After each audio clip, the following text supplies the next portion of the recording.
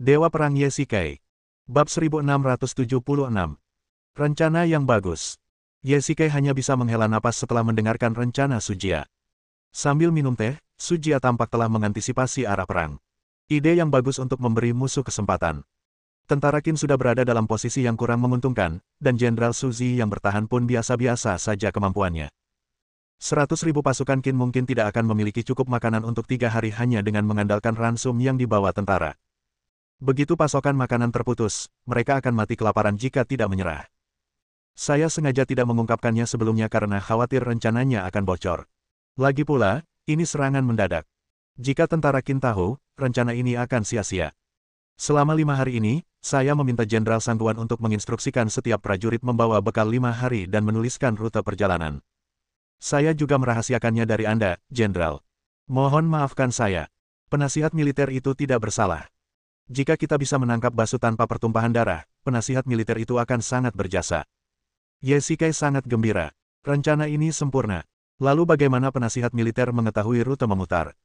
Haha, beberapa bulan yang lalu, saya mengirim orang untuk menyelinap ke Basu guna mengamati medan, terutama wilayah Guixiang. Ini satu-satunya jalan bagi tentara kita untuk memasuki Sichuan.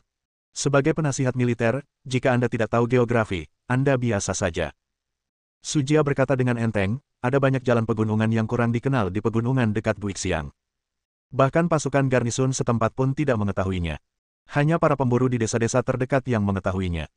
Setelah saya mendapatkan rutenya, saya menggambar peta dan menyerahkannya kepada Jenderal Sangguan. Para jenderal, apakah kalian keberatan dengan rencanaku? Setelah Sujia mengatakan ini, semua orang terdiam. Rencananya sudah sempurna, bagaimana mungkin para jenderal ini keberatan? Penasihat militer, ini rencana yang brilian. Jika ini bisa menghasilkan kemenangan yang mengejutkan, saya pasti akan melaporkannya kepada tuanku. Terima kasih, Jenderal. Sudut bibir Sujia sedikit terangkat, mengibaskan kipas bulunya. Ia juga sengaja membuang-buang kesabaran para jenderal ini. Ia bisa saja mengatakannya lebih awal, tetapi ia harus menunggu sampai Ye Shikai datang untuk menjelaskannya, membuat para jenderal ini berdiri di sini selama lebih dari 2 jam dengan sia-sia. Sebenarnya, orang-orang ini tidak puas dengan Sujia. Di satu sisi, karena penampilannya yang menyendiri, dan di sisi lain, karena kualifikasinya terlalu dangkal. Sujia baru berusia 30-an dan tidak memiliki pengalaman memimpin pasukan sebelumnya, tetapi ia tiba-tiba dipromosikan menjadi penasihat militer. Di ketentaraan, ia hanya kalah dari 1 orang dan di atas 10.000 orang. Ia juga bisa memberi perintah kepada para jenderal yang menganggap diri mereka sebagai jenderal senior. Tentu saja, mereka tidak senang dengan hal itu.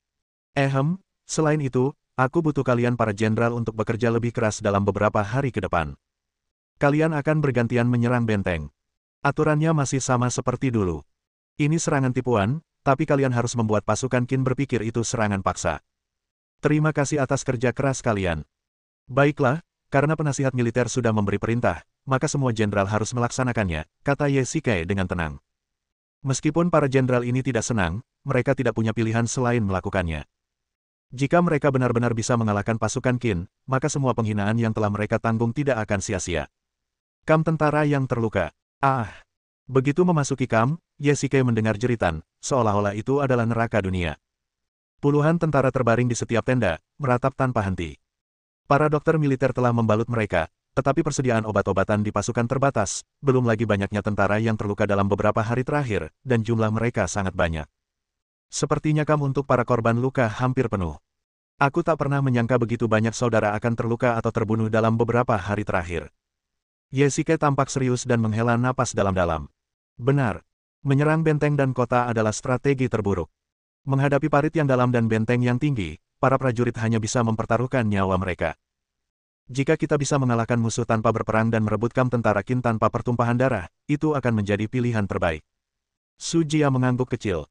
Beruntungnya saya mendapat bantuan suami saya. Haha, Jenderal Ye, kalau kau tidak tahu prediksiku, dalam 5 hari, Jenderal Qin Suzi akan menyerah dengan 100.000 pasukan Qin. Kita harus bersiap saat itu. Ya, kalau pasukan Qin benar-benar sebanyak itu, akan sulit untuk menghadapinya. Memikirkan hal ini, Ye Shikai tak kuasa menahan diri untuk tidak merasa tertekan. 100.000 orang, bahkan jika mereka dilucuti, tetap akan menjadi ancaman besar di zaman kuno pertempuran jarak dekat. Begitu mereka melawan, aku khawatir sesuatu akan terjadi. Selain itu, 100.000 tawanan perang perlu mengonsumsi makanan dan pakan ternak dalam jumlah besar setiap hari. Makanan dan pakan ternak yang dikumpulkan untuk ekspedisi ini cukup untuk memenuhi kebutuhan 200.000 pasukan selama 2 atau 3 bulan, tetapi jika begitu banyak tawanan perang ditambahkan sekaligus, mungkin tidak akan ada cukup makanan bagi mereka. Penasihat militer, menurut pendapatmu, jika pasukan Qin menyerah, apa yang harus kita lakukan? Tanya Ye Shikai balik. Jenderal Ye, aku tahu kau, tapi mengingat situasi pasukan kita saat ini, kita tidak mampu memberi makan begitu banyak tawanan perang. Kita tidak punya cukup makanan untuk mereka, dan begitu mereka memberontak bersama, kemungkinan besar akan terjadi kekacauan besar, jadi.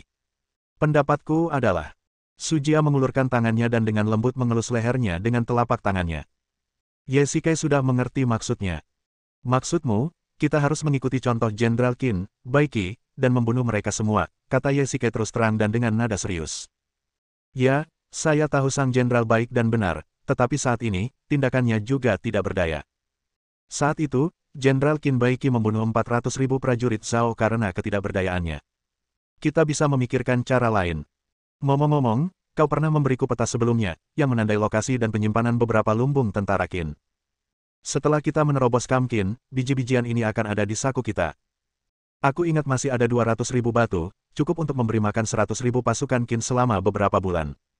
Jenderal, saya khawatir ini tidak akan berhasil. Saya sudah meminta Jenderal Sangguan untuk menghancurkan semua lumbung. Jika kita tidak melakukan ini, pasukan Qin masih bisa mendapatkan pasokan.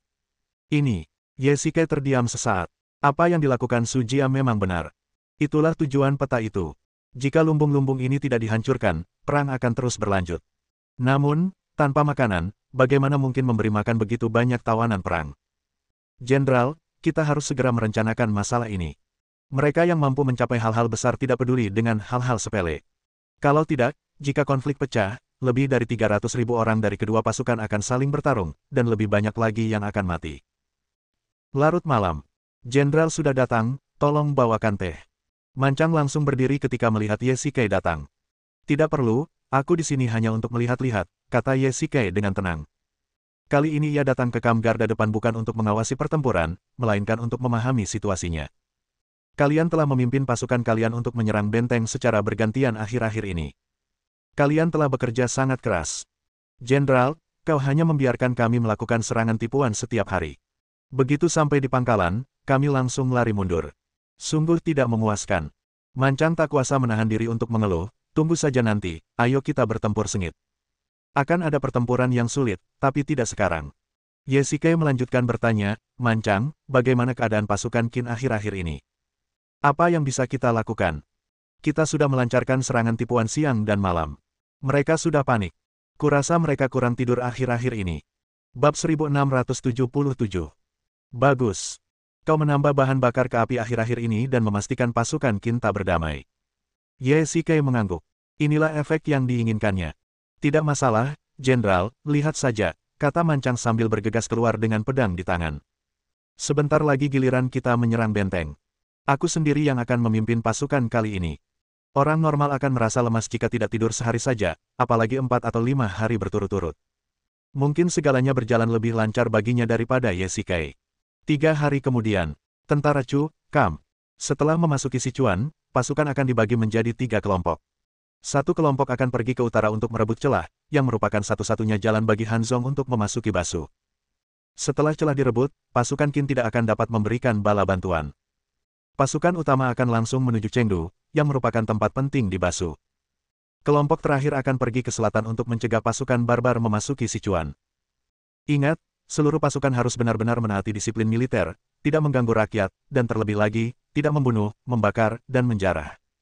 Pelanggar akan dibunuh tanpa ampun. Ya, lapor. Laporkan ke Jenderal, seorang utusan dari pasukan Qin telah keluar dari pintu. Tiba-tiba, seorang penjaga memasuki tenda dan berkata kepada Ye Shikai. Biarkan dia masuk, kata Ye Shikai ringan. Ya. Tidak lama kemudian, utusan tentara Qin dibawa ke kamp. Bertemu Jenderal Ye. Bangun, kata Ye Shikai dingin sambil duduk di kursi utama. Ia menghunus pedangnya dan sarungnya menghantam tanah dengan suara keras, membuat semua orang yang hadir gemetar. Terima kasih, Jenderal. Kau seharusnya utusan yang dikirim Susi. Aku sangat sibuk. Jika ada yang ingin kau katakan, katakan saja langsung. Ye Shikai tanpa membuang kata dan langsung ke intinya. Jika tebakannya benar, Suzy mengirim utusan untuk bernegosiasi. Ia sudah memikirkan hal ini sejak lama. Lagi pula, jika ia menyerah secara sukarela, istana pasti akan mengeksekusi seluruh keluarganya. Namun sekarang ia tidak bisa memenangkan pertarungan dan tidak punya makanan untuk dimakan, jadi cara terbaik adalah mencoba bernegosiasi. Jenderal Su ingin bernegosiasi dengan Jenderal Ye. Haha. Ketika kata-kata ini diucapkan, bukan hanya Ye Shike yang tertawa, tetapi lebih dari 20 jenderal di Kam juga tertawa, dan mereka tertawa dengan cara yang sarkastis. Apakah kepala Suzy tertendang kuda? Dalam situasi perang saat ini, dia masih ingin berdamai dengan kita. Ye Shike tiba-tiba menghunus pedangnya, mengalirkan tenaga dalamnya, dan langsung menerjang utusan tentara Qin, dengan ujung pedang menancap di lehernya. Jenderal, tolong ampuni nyawaku. Utusan tentara Qin mengira Ye Shike akan membunuhnya, dan kecepatannya begitu tinggi sehingga ia begitu ketakutan hingga terjatuh ke tanah. Jangan khawatir, ketika dua pasukan berperang, mereka tidak membunuh utusan, jadi aku tidak akan membunuhmu. Terima kasih banyak, Jenderal. Oke, sudah cukup. Untuk bernegosiasi, kau butuh modal. Kalau tidak punya, jangan coba-coba. Kembalilah dan suruh Suzy menyerah langsung. Kalau tidak, dalam 3 hari, aku jamin tak seorang pun di perkemahanmu akan selamat. Ye Shike menyimpan pedangnya. Utusan itu sangat ketakutan hingga seluruh tubuhnya lemas. Ia keluar dari tenda hanya dengan bantuan para penjaga. Bahkan utusan itu pun sangat tertekan. Sepertinya pasukan Qin benar-benar ketakutan. Sujia berdiri perlahan dengan ekspresi puas di wajahnya. Begitu pasukan kehabisan makanan dan rumput, mereka tak akan berdaya melawan, betapapun tingginya semangat juang mereka. Suzy mengirim utusan untuk berunding hari ini. Kurasa ransum di Kam hampir habis, dan mereka akan membunuh kuda perang untuk mengisi perut mereka besok. Lagi pula, Suzy bukan orang bodoh. Dalam situasi saat ini, mereka kemungkinan besar tak akan menerima bala bantuan. Tak ada gunanya bertahan lebih lama lagi. Kali ini, prediksi Ye Shike benar. Keesokan harinya setelah utusan itu kembali, Suzy memang membuka Kam dan menyerah. 100.000 prajurit Qin melepas baju zirah mereka, meletakkan senjata, dan berjalan keluar dari Kam dalam keadaan berdebu. Mereka semua tampak sangat letih, lapar, dan lelah. Hal ini wajar, mengingat mereka belum tidur nyenyak selama beberapa hari dan kemungkinan besar sudah lapar sejak lama. Jenderal Ye.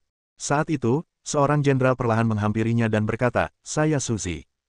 Saya menyerah kepada Jenderal Ye hari ini. Saya harap jenderal berbelas kasih dan mengampuni nyawa kami. Orang-orangmu terlihat sangat lapar. Cepat, suruh juru masak membuat bubur dan mengukus roti untuk mereka," kata Ye Shike dengan tenang. "Ya, terima kasih, Jenderal. Terima kasih, Jenderal," kata Suzy berulang kali, lalu dibawa pergi oleh beberapa prajurit Chu. "Jenderal Wang, apakah Anda sudah menghitung jumlah orang?" tanya Ye Shike. "Ada daftar prajurit di pasukan Qin, jumlahnya sekitar 70.000 hingga 80.000 orang, jawab Wang Lian. "Jenderal, begitu banyak orang perlu mengonsumsi ribuan batu makanan dan rumput setiap hari. Kita masih punya 200.000 pasukan untuk diberi makan dan minum. Jika ini terus berlanjut, saya khawatir tidak akan ada cukup makanan." Sujia tampak khawatir. Karena sudah lama mengenalnya, ia selalu tenang dan percaya diri. Ini pertama kalinya Ye Shike melihatnya dalam masalah. Wajar saja. Lagi pula, seorang juru masak yang baik tidak bisa memasak tanpa nasi, apalagi ia harus memberi makan hampir 300.000 orang sekarang. Penasihat militer, apakah benar-benar tidak ada yang bisa kita lakukan? Ye Shike enggan melakukan ini dari lubuk hatinya. Ia merasa dirinya bukan penyelamat, tetapi sebagai manusia, ia harus melakukan apa yang seharusnya dilakukan, manusia. Menyelamatkan satu orang saja sudah merupakan pahala yang luar biasa. Jika ia mampu, ia pasti akan bersedia menyelamatkan lebih banyak orang daripada membunuh, tetapi Sujia memintanya untuk memerintahkan pembantaian 70.000 hingga 80.000 tentara Qin ini. Mancang meminta para prajurit untuk mengeluarkan bubur dan bakpao. Para prajurit Qin yang kelaparan bergegas maju dan berebut makanan. Meskipun mereka adalah musuh di medan perang, setelah menyerah, setidaknya mereka masih manusia. "Jenderal, jangan ragu. Jika kita memberi mereka makan sekarang, mereka masih bisa bertahan hidup, tapi berapa lama kita bisa memberi mereka makan? Jika kita melepaskan mereka, mereka akan segera dikumpulkan kembali untuk membentuk pasukan baru. Berapa biaya yang harus dikeluarkan pasukan kita untuk memasuki Sichuan? Tolong pikirkan baik-baik, Jenderal." Sujia terus membujuk. "Baiklah, biar aku pikirkan masalah ini." Ye Shike tampak bingung dan melambaikan tangannya, lalu kembali ke Kam sendirian. Ia telah memerintahkan pembangunan 4 Kam kosong akhir-akhir ini sebagai Kam tawanan perang untuk tentara Qin. Setelah tentara Qin keluar untuk menyerah, mereka semua dikurung di dalam. Larut malam. "Ye Tua, aku kembali." Sangguan, hebat sekali, akhirnya kau kembali. Ketika Yesike melihat orang itu datang, dia menghampirinya dan memeluknya erat. Yah, kerugiannya tidak besar, kan? Tidak ada kerugian sama sekali. Kami menyerang pasukan Qin dari belakang, membakar lumbung mereka, dan menghalangi jalan mereka. Mereka bahkan tidak berani menerobos gerbang kamp. Sangguan Jian tertawa terbahak-bahak. Kudengar 70.000 hingga 80.000 pasukan Qin semuanya menyerah. Ini pencapaian yang luar biasa. Ya, memang pencapaian yang luar biasa, tapi sejujurnya, ini juga masalah yang sensitif. Yesike tersenyum getir. Ada apa, Lao Ye? Apa kau dalam masalah? Tentu saja, dengan 70.000 hingga 80.000 pasukan Qin yang menyerah sekaligus, persediaan makanan dan pakan ternak tentara kita tidak cukup untuk menghidupi begitu banyak orang. Bab 1678. Benar, aku telah membakar lumbung tentara Qin di dekat Guixiang. Meskipun ada beberapa penduduk desa di dekatnya, makanan yang mereka miliki tidak cukup untuk puluhan ribu orang. Sebagai persiapan untuk perang ini, sejumlah besar makanan telah dikumpulkan dari seluruh Chu. Aku khawatir itu tidak dapat didistribusikan dalam waktu singkat. Jika kalian ingin mendapatkan makanan dan rumput, aku khawatir kalian hanya dapat menyerang ke Sichuan. Ada banyak makanan di Chengdu. Sangguan Jian tahu situasi Yesike. Bagaimana menghadapi 70.000 hingga 80.000 pasukan Qin ini memang memusingkan. Tentara kita telah meraih kemenangan besar. Hanya ada sedikit pasukan Qin yang tersisa di Sichuan Tengah. Namun, Chengdu ribuan mil jauhnya. Sekalipun kita bepergian siang dan malam, kita tidak akan sampai di sana dalam waktu kurang dari sebulan. Yesike mendesah getir. Ia telah memeras otaknya tetapi tidak dapat menemukan cara untuk menghasilkan begitu banyak makanan. Jika 70.000 atau 80.000 orang ini tidak ditangani dengan baik, kekacauan kemungkinan besar akan terjadi. Kita akhirnya meraih kemenangan, dan kita tidak boleh membiarkan masalah yang tidak perlu. Karena itu, kita harus menyusun rencana yang sangat jitu, gumam Yesike. Apa pendapat penasihat militer? Penasihat militer Su menyarankan saya untuk membunuh tawanan perang ini di sebuah lubang dan bahkan memilih lokasi. Keduanya terdiam beberapa saat. Meskipun Sangguan Jian telah bertempur dalam pertempuran yang tak terhitung jumlahnya, ia belum pernah melihat begitu banyak orang terbunuh sekaligus, apalagi hal seperti ini terjadi padanya sekarang. Pak Tuaye, penasihat militer juga bilang ini pilihan terburuk. Kalau ada cara lain, penasihat militer tidak akan menyarankanmu membunuh tawanan perang, kata Sangguan Jian lembut. Saat itu, Jenderal Qin, Bai Qi, membunuh 400.000 tentara Zhao. 6 kerajaan terkejut. Setelah itu, penduduk 6 kerajaan ketakutan ketika mendengar nama Bai Qi.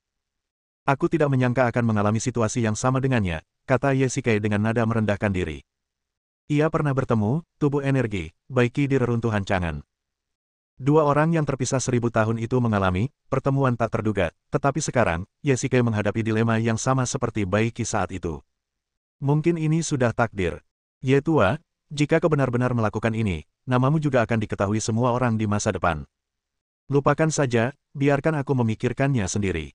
Masalah ini terlalu serius. Sangguan, perang sudah berakhir, dan masih banyak hal sepele yang harus diselesaikan. Kau bisa mengurusnya untukku. Yesike melambaikan tangannya, nadanya terdengar sedikit lelah.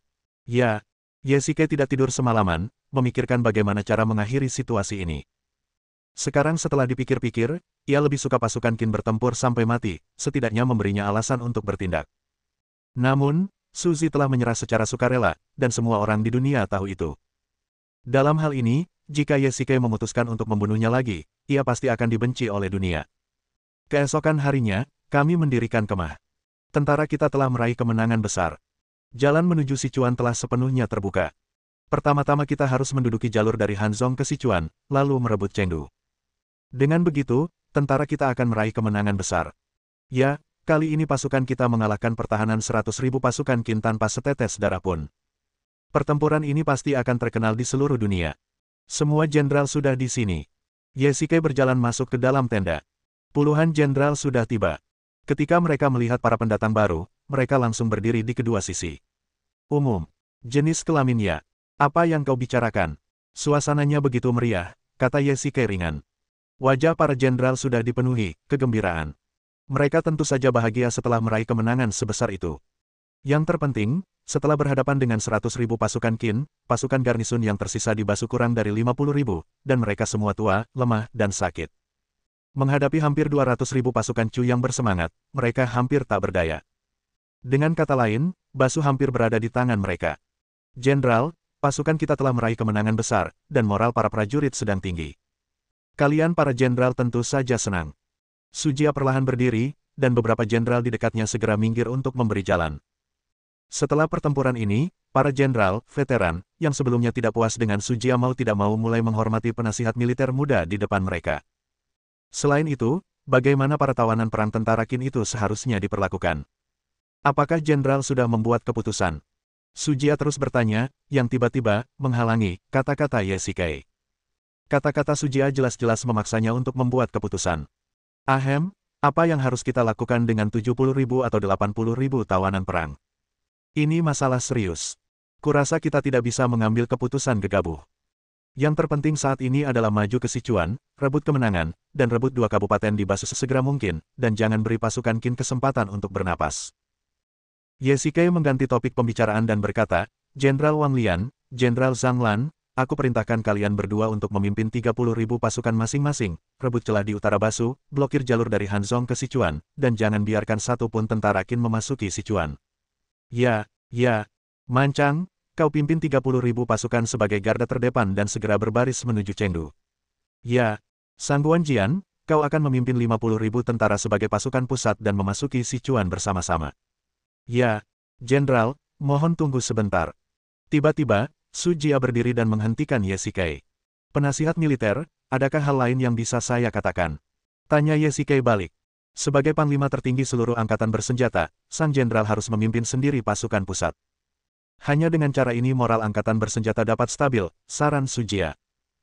Baiklah, Sangguan Jian, aku akan memimpin pasukan pusat ke Sichuan, dan kau akan memimpin pasukan yang tersisa sebagai barisan belakang dan bertanggung jawab menjaga para tawanan perang ini, perintah Ye Shikai. Ya, aku akan mematuhi perintahmu. Sangguan, kali ini aku akan memimpin pasukan pusat ke Sichuan. Jika semuanya berjalan sesuai rencana, kita akan dapat menenangkan Basu dalam 1 atau 2 bulan, lalu kita dapat kembali ke Lingxiang. Kau akan membawa 40.000 pasukan garda belakang untuk menjaga 70.000 hingga 80.000 pasukan Qin. Apakah itu masalah? Tanya Ye Shikai. Ye Tua, jangan khawatir, tidak akan ada masalah. Selain itu, kalian harus menjaga tawanan perang ini dengan baik. Tanpa perintahku, siapapun yang ingin berurusan dengan mereka, kalian harus menghentikan mereka, kata Ye Shikai di telinganya. Saat pertemuan di tenda, mengapa Sujia tiba-tiba meminta Ye Shikai untuk memimpin pasukan pusat ke Sichuan? Tujuannya jelas untuk memindahkannya, karena begitu Ye Shikai secara pribadi mengelola tawanan perang ini, tidak ada yang bisa memindahkan mereka. Sekarang, sebagian besar jenderal di tentara mengusulkan untuk mengeksekusi tawanan perang ini, dan Ye Shikai mungkin satu-satunya yang setuju untuk menahan mereka, jadi dia hanya bisa menunda untuk saat ini. Yakin? Bagus. Ye Shikai mengangguk. Sangguan Jian adalah orang kepercayaannya, dan hanya dengan menyerahkan tugas ini kepadanya, Ye Shikai akan merasa tenang. Pasukan beristirahat di Guixiang selama 2 hari, lalu berangkat ke Sichuan. Selain membaca laporan pertempuran, Ye Shikai juga memantau pergerakan tembok besar di utara dan mendengarkan laporan para penjaga rahasia. Perang berjalan lancar. Pasukan Qin yang dikirim oleh Xianyang akan tiba bulan depan, dan Meng Tian tidak perlu khawatir. Sebaliknya, pasukan Chu yang dipimpin Ye Shikai akan mampu menduduki seluruh wilayah Basu dalam 1 atau 2 bulan.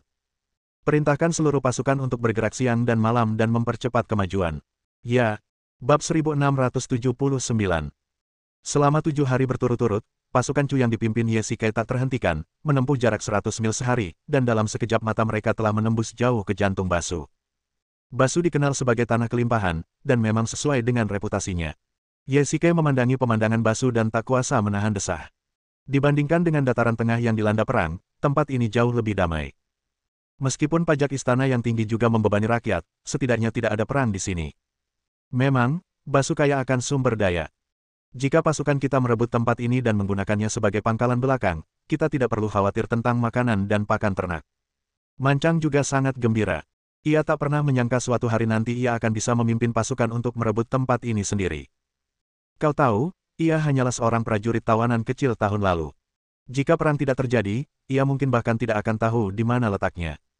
Ya, saya harap dunia bisa segera damai. Lapor. Laporkan kepada Jenderal Qin yang menjaga kota di depan telah membuka kota dan menyerah. Pada saat ini, seorang utusan datang dengan menunggang kuda untuk melapor. Bagus sekali. Dengan begini, pertarungan pedang akan berkurang 1 kali. Ye Shikai gembira mendengarnya. Jika 1 orang bisa selamat dari kematian, maka itu adalah hasil terbaik. Tentara kita telah menjaga disiplin yang ketat selama ini, dan tidak pernah menyakiti siapapun. Kita tidak hanya menghapuskan pajak yang berat, kerja paksa, dan penyiksaan yang diberlakukan oleh Istana Kekaisaran, Sang Jenderal juga telah memerintahkan pembagian sejumlah ransum dan gaji militer untuk membantu rakyat. Sekarang semua orang di Sichuan memuji Sang Jenderal, dan banyak pasukan Qin telah menyerah di sepanjang jalan, sehingga tentara kita secara alami menghadapi lebih sedikit perlawanan. Rakyat telah lama menderita akibat Qin. Sekaranglah saatnya untuk mengurangi pajak dan menerapkan kebijakan yang baik. Selama kita bisa memenangkan hati rakyat, situasi di Basu akan stabil. Ye Xike tersenyum lega. Mancang, berapa jauh dari sini ke Chengdu? Ye Xike tiba-tiba bertanya. Sekitar 800 km lagi. Jalanan di Basu sangat terjal. Meskipun pasukan kita telah membuat kemajuan pesat, masih akan membutuhkan waktu setidaknya seminggu untuk tiba. Selain itu, pasukan kita telah menembus lebih dari 1.100 km ke Su. Dalam seminggu, ransum di Kam hampir habis. Jenderal telah mengeluarkan perintah tegas yang melarang tentara mencuri makanan dari rakyat, sehingga pasokan pasukan kita hanya dapat bergantung pada transportasi dari belakang. Baiklah, pasukan kita akan beristirahat di sini selama 3 hari, lalu melanjutkan perjalanan setelah makanan dan rumput dikirim dari belakang, perintah Ye Xike. Meskipun kecepatan adalah kunci dalam perang, pasukan Chu telah sepenuhnya memahami situasi saat ini. Jenderal Zhang Lan dan Wang Lian telah merebut semua jalur di utara Basu. Tidak ada kemungkinan bagi pasukan Qin untuk memasuki Sichuan. Hanya masalah waktu sebelum mereka merebut Chengdu. Ya, pasukan menemukan dataran dan mendirikan kemah. Ye Xike akhirnya menghela napas lega. Ini adalah pertempuran terbesar yang pernah ia pimpin, sekaligus pertempuran termudah. Dibandingkan dengan pertempuran sebelumnya dengan Wang Li, kali ini semudah memotong melon dan sayuran. Terus terang, pertempuran terakhir dengan Wang Li seperti pergi ke meja judi. Peluang menang adalah 50-50 di kedua belah pihak. Ye Xike benar-benar ragu. Ia bahkan khawatir Wang Li akan campur tangan lagi kali ini. Namun sejauh ini, belum ada kabar tentang bala bantuan pasukan Qin. Hari ketiga. Jenderal, makanan dan pakan ternak telah tiba. Seluruh 100.000 si makanan dan pakan ternak telah terkirim. Pagi-pagi sekali, Mancang bergegas berlari ke tenda Ye Xike dan berteriak. Baiklah, pasukan akan segera berangkat. Tidak perlu terburu-buru, cukup dengan kecepatan normal. Ye Xike sudah menghitung perkiraan waktunya. Saat memasuki Sichuan, barisan depan dan pasukan pusat berbaris dengan tergesa-gesa, menempuh jarak 100 mil sehari, sementara kereta barang berjalan lambat, paling lama 50 mil sehari. Jadi, setelah menunggu 3 hari lagi, tim pengangkut gandum seharusnya sudah tiba. Lapor. Tiba-tiba, seorang utusan bergegas masuk ke kamp. Ia bahkan tidak sempat memberitahu para penjaga dan bergegas masuk sendirian. Jika ia tidak mengenakan pakaian tentara Chu, para penjaga pasti sudah menembaknya sampai mati dengan panah. Ada apa? Kenapa kalian terburu-buru? Memalukan sekali. Melihat ini, Ye Xike tiba-tiba panik. Kalau bukan informasi militer yang mendesak, kenapa mereka harus terburu-buru sejauh 800 mil? Tunggu sebentar, kau bukan utusan, kau prajurit pribadi Jenderal Sangguan. Ye Xike menatap wajahnya dan tiba-tiba teringat bahwa orang ini selalu mengikuti Sangguan Jian, jadi Ye Xike merasa familiar dengan wajahnya saat melihatnya. Jenderal Ye, surat Jenderal Sangguan mengharuskan. Surat itu harus dikirimkan dalam waktu 2 hari. Ada apa? Ye Xike membuka surat itu dengan gugup. Hanya ada 2 baris kata di dalamnya, tetapi isinya membuat pikirannya kosong dan dia tidak bereaksi untuk waktu yang lama. Jenderal, ada apa? Mancang menyadari ada yang tidak beres dan melangkah maju untuk bertanya. 80.000 prajurit Qin. Semuanya terbunuh di dalam lubang. Apa? Teriak Mancang kaget dan menoleh, meminta semua pengawal mundur. 2 hari yang lalu, Tuan datang langsung ke kamp garda belakang dan memberi perintah untuk membunuh semua tawanan perang Qin. Ye Xike mengepalkan tinjunya. Ia merasa seperti terpukul keras di jantungnya. Rasa sakitnya begitu hebat hingga ia langsung jatuh ke meja. Jenderal, kau baik-baik saja. Mancang bergegas maju dan membantunya berdiri. Bagaimana ini bisa terjadi? Bagaimana mungkin Tuan datang? Ye Xike sempat tak bisa menerima kenyataan ini. Jika utusan itu bukan prajurit pribadi Sangguan Jian, ia pasti sudah mengira itu berita bohong. Tentara Qin menyerah, dan Ye Xike memimpin pasukan Chu ke Sichuan. Mereka berbaris selama 7 hari dan beristirahat selama 3 hari, yang totalnya hanya sekitar 10 hari. Mi Wen tiba di kamp garda belakang 2 hari yang lalu, yang berarti dari saat tentara Qin menyerah hingga kedatangan Mi Wen di kamp garda belakang dan perintahnya untuk membunuh semua tawanan, totalnya kurang dari 8 hari. Kamp garda belakang terletak di daerah Guixiang, 1000 mil jauhnya dari kota Lingxiang.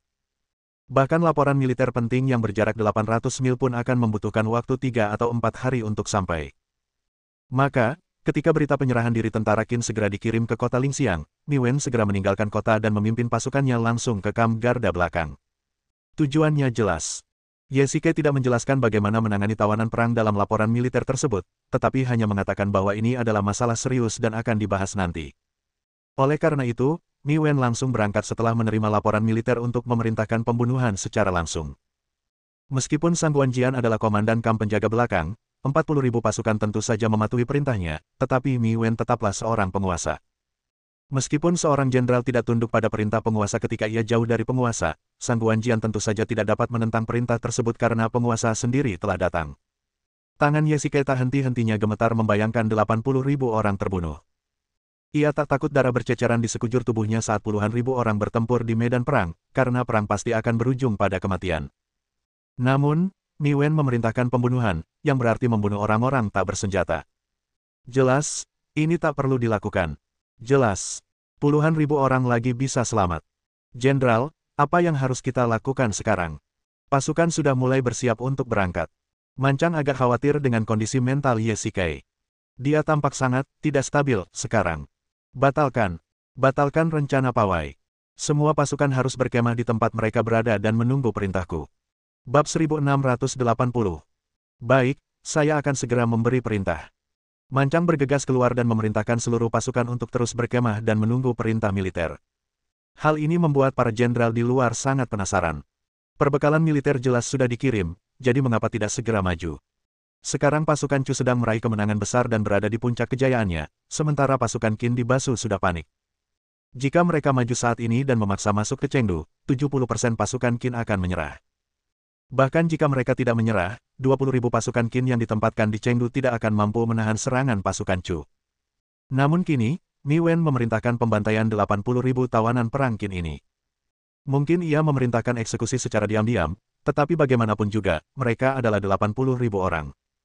Tidak ada tembok yang tak tertembus, apalagi begitu banyak orang yang terbunuh. Cepat atau lambat, hal itu akan diketahui dunia. Memikirkan hal ini, hati Ye Shikai menegang, seolah-olah seseorang sedang mencengkeramnya. Begitu banyak nyawa yang terbunuh hidup-hidup, sungguh kejam. Yang terpenting, tidak akan ada yang berani menyerah kepada pasukan Chu di masa depan, dan begitu saudara-saudara pasukan Chu jatuh ke tangan pasukan Qin, mereka mungkin tidak akan lolos dari kematian. Jenderal, ini kesempatan sekali seumur hidup. Jangan ragu lagi dan segera maju. Ya, kita tidak bisa ragu lagi. Semua jenderal masuk ke tenda untuk membujuknya, tetapi mereka semua ditolak oleh Ye Shikai. Tak berdaya, seluruh pasukan hanya bisa diam di tempat. Ye Shikai memerintahkan seluruh pasukan untuk berhenti maju. Itu memang tindakan yang impulsif. Lagi pula, perang belum berakhir. Jika itu menyebabkan konsekuensi serius, dia juga akan berduka atas kematian saudara-saudara Chu dan begitu banyak prajurit yang bertempur dalam pertempuran berdarah. Maka pada malam harinya, dia memerintahkan Mancang untuk memimpin 40.000 pasukan untuk berangkat dan langsung merebut Chengdu. Pasukan akan ditempatkan di sana. Dia ingin menunggu seseorang, dan dia yakin orang itu pasti akan datang. Hari berikutnya, penasihat militer ada di sini. Ye Shikai datang ke tenda pagi-pagi sekali. Ia tidak menyangka Suji akan datang lebih awal darinya.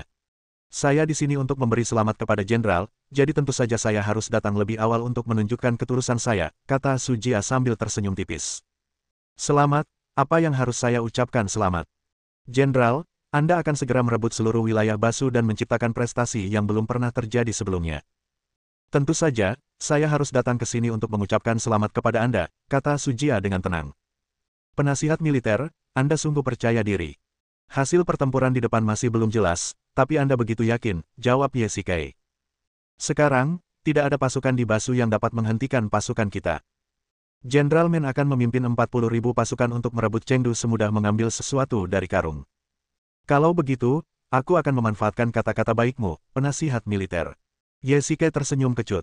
Sujialah yang mendesaknya untuk membunuh para tawanan perang. Meskipun Ye Shikai menolak saat itu, Sujia tampaknya memiliki hubungan dengan perintah rahasia penguasa. Sebelumnya, ia sangat mempercayai Sujia, tetapi setelah kejadian ini, pasti akan ada keretakan lagi di antara keduanya. 2 hari berlalu berturut-turut, dan pasukan pusat yang dipimpin Ye Shikai tidak maju selangkah pun. Setiap hari, para jenderal di pasukan meminta untuk bertempur, tetapi ia menolak semuanya. 2 hari lagi berlalu. Laporkan ke jenderal, Tuan memimpin 20.000 pengawal ke sini. Saat fajar, para pengawal di luar kamp melapor dengan lantang. Seperti yang diharapkan, dia telah datang. Yesike tidak terlihat panik. Sebenarnya, alasan ia membuat seluruh pasukan pusat diam selama 4 hari adalah untuk menunggu kedatangan Miwen. Pasukan pribadi Sang Guanjian bergegas sejauh 800 mil dan membutuhkan waktu 2 hari untuk sampai di sana. Berdasarkan perhitungan ini, Miwen seharusnya tiba dalam waktu 4 hari. Cepat, bersiaplah untuk menyambutnya. Ya. Kudengar tuan kita akan datang, jadi ku minta bawahanku untuk mencari anggur berkualitas dari Sichuan. Silakan cicipi. Yesike sendiri menuangkan segelas anggur untuk Miwen. Tamu itu tampak tenang dan kalem, dan sepertinya tidak datang untuk kehilangan kesabaran. Mungkin karena mereka berdua saling mengenal dengan baik. Miwen tahu bahwa Yesike tidak tega membunuh tawanan perang, jadi ia datang sendiri untuk memberi perintah. Ia juga tahu bahwa Yesike memerintahkan untuk tidak maju karena ia menunggu penjelasannya. Bagus sekali. Miwen menyesap anggurnya dengan tenang. Adegan ini sama sekali tidak terasa seperti ketegangan di garis depan. Malah, lebih mirip dua orang yang sedang menikmati anggur dengan santai. Tuanku, pasukan kita telah meraih kemenangan besar, dan penaklukan 2 wilayah Basu sudah di depan mata. Sekarang Tuan telah datang langsung ke kamp, moral para prajurit meningkat, ujar Sujia, memecah suasana, mencekik ini. Para prajurit telah bekerja keras bertempur di garis depan. Sekarang setelah kita memenangkan pertempuran, tentu saja saya harus datang dan melihatnya, kata Miwen sambil tersenyum. Baiklah. Wajah Yesike tiba-tiba menjadi dingin dan dia meletakkan gelas anggur di tangannya. Semuanya, silakan pergi dulu. Ada yang ingin kukatakan pada Tuan. Yesike tiba-tiba berdiri dengan ekspresi dingin. Semua yang hadir juga menyadari ada yang tidak beres. Mereka tak berani menunda dan meninggalkan tenda satu persatu. Ada apa, Jenderal Ye? Kenapa kau membiarkan semua orang pergi? Anggur ini. Kau tidak mau meminumnya. Miwen mencibir. Miwen, sekarang hanya ada aku dan kamu di kamp ini. Apa kamu masih perlu bersikap sarkastis seperti itu? Aku tidak mengerti maksudmu. Miwen melambaikan tangannya, tampak polos. Mengapa kau memerintahkan pembunuhan para tawanan perang itu? Mata Yesike setajam obor saat ia menatap Miwen. Saat ia mengatakan ini, tatapan aneh melintas di mata Miwen yang tenang. Ia langsung ke intinya dengan nada serius. Ia bertanya, seharusnya ini tugasmu, tapi kamu tidak melakukannya. Aku yang melakukannya untukmu. Apa kamu masih tidak puas? Aku tak pernah berpikir untuk membunuh mereka, Yesike mengumpat keras. Kali ini ia sama sekali tak menahan diri. Ia telah menahan amarahnya selama berhari-hari. Orang-orang di luar kamp seharusnya mendengar aumannya, tetapi tidak ada tanda-tanda kelainan di wajah Miwen. Yah, kamu tidak bisa berkata apa-apa sekarang. Setelah menerima laporan militer, kau meninggalkan Lingxiang dan langsung pulang, hanya untuk memberi perintah. Kau tidak membiarkan satu pun dari orang-orang ini pergi. Semua orang di dunia tahu bahwa istana itu kejam, tetapi mereka tidak tahu bahwa kau, Miwen, juga kejam. Dibandingkan dengan kekejaman istana, kau, Miwen, bahkan lebih kejam lagi. Kau memarahiku. Mendengar ini, wajah Miwen akhirnya berubah muram dan aura pembunuh terpancar dari sekujur tubuhnya. Benar. Aku meninggalkan pasukan Qin karena istana kekaisaran membunuh orang-orang tak bersalah. Aku bersedia membantumu karena aku berharap kau bisa menggulingkan istana kekaisaran. Aku tak pernah menyangka kau akan sekejam itu. Jenderal Ye, Anda membunuh setidaknya 100.000 tentara Qin di medan perang, dan Anda tidak begitu marah. Ketika dua pasukan saling berhadapan, korban jiwa tak terelakkan, tetapi para prajurit Qin itu telah meletakkan senjata dan menyerah. Mereka, jelas bisa bertahan hidup. Kematian begitu banyak orang seharusnya bisa dihindari. Yesike berteriak keras. Ia tahu betul bahwa banyak dari 80.000 prajurit Qin adalah tawanan. Mereka tidak berniat bertempur sejak awal dan berpikir mereka akan punya cara untuk bertahan hidup setelah menyerah, tetapi mereka tidak menyangka hasil ini. Bersambung.